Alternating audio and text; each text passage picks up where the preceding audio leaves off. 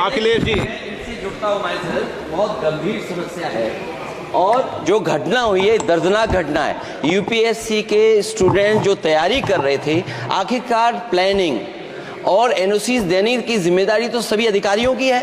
अध्यक्ष महोदय, जिम्मेदार कौन है, उनके खिलाफ कार्रवाई क्या हो रही है? नंबर एक।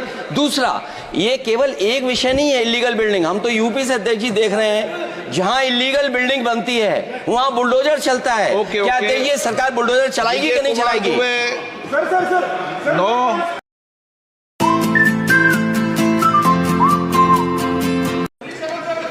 माननीय डिम्पल यादव जी। सभापति महोदय, आपने मुझे बजट में बोलने का मौका दिया, मैं आपको धन्यवाद देना चाहती हूँ।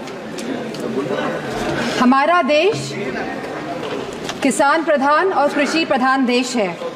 अगर हमारे किसान और युवाओं का भविष्य सुनिश्चित नहीं कर पा रहे हैं हम, तो मैं समझती हूँ कहीं ना कहीं हम सब अपने फर्ज से डगमगा रहे हैं। जहाँ वित्त मंत्री ने 9 प्राथमिकताओं की बात करी और कृषि को जहाँ पहला स्थान दिया गया, वही मैं वित्त मंत्री से पूछना चाहती हूँ कि कृषि ग्रामीण अर्थव्यवस्था की वृद्धि दर क्या है।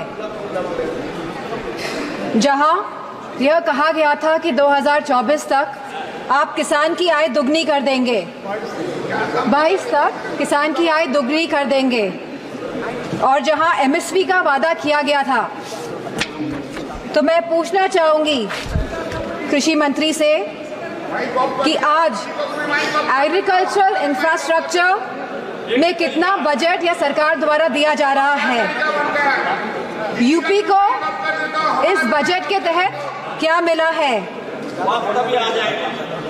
क्या एक भी मंडी पिछले 10 सालों में उत्तर प्रदेश में बनी है? और अगर किसान की जरूरतमंद जैसी चीजों पर क्या यह सरकार ने कोई भी जीएसटी माफ करी है, या खाद में सब्सिडी देने में यह सरकार कायम रह पाई है?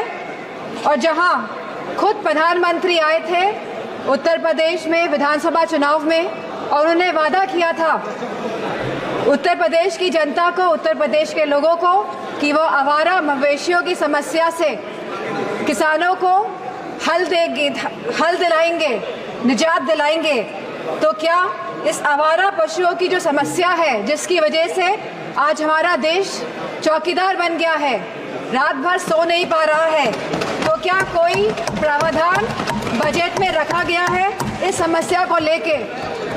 इसी के साथ जहाँ किसान आंदोलन में लगभग 700 किसानों ने अपनी जान गंवाई, जहाँ उत्तर प्रदेश में भी लखीमपुर खीरी में जहाँ किसानों को रौंदा गया मंत्री जी के बेटों द्वारा, हम पूछना चाहते हैं इस सरकार से कि जहाँ जो 2014 से 22 तक लगभग 1 लाख किसानों ने आत्महत्या की है, तो हम वित्त मंत्री से पूछना चाहते हैं कि प्रधानमंत्री फसल बीमा योजना के तहत कुल किसान लाभ कितना मिला है, और कहीं इसमें गिरावट आई है तो कितनी गिरावट आई है। यह सरकार लगातार 1 दशक से किसानों की अवहेलना कर रही है। गांव की अर्थव्यवस्था पूरी तरह चरमरा गई है और इसकी एक बड़ी वजह महंगाई है। और जहां मनरेगा में इस सरकार ने 89,000 करोड़ का बजट दिया है, तो हमारी मांग है कि कम से कम 100 दिन की वेजेस मनरेगा के तहत लोगों को सुनिश्चित करी जाए और लगभग 20% मनरेगा का बजट बढ़ाया जाए।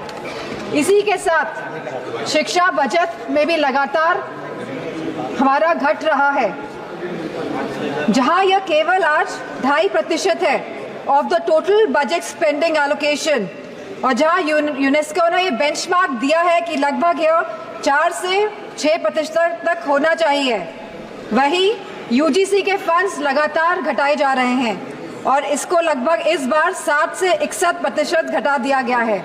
जहां हम बात करते हैं सस्ती और अच्छी शिक्षा की, वहीं यह सरकार लगातार शिक्षा बजट में बजट जो कम कर रही है, तो मैं समझती हूँ इनकी नीयत कहीं साफ नहीं है, मंशा कहीं सही नहीं है हमारे देश के युवाओं के और स्टूडेंट्स के प्रति। वहीं आज हमारे देश का युवा निराश है, जहां निराशा संभव को भी असंभव बना देती है।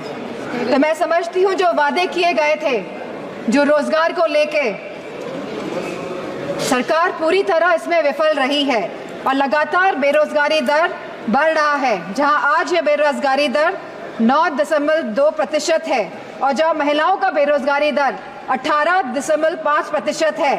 तो मैं समझती हूँ लगातार युवाओं का मनोबल गिराने का काम इस सरकार ने किया है और अग्निवीर जैसी योजना ला के इस सरकार ने नौजवानों का, युवाओं का, इस देश की प्रतिष्ठा का, सम्मान गिराने का काम किया है।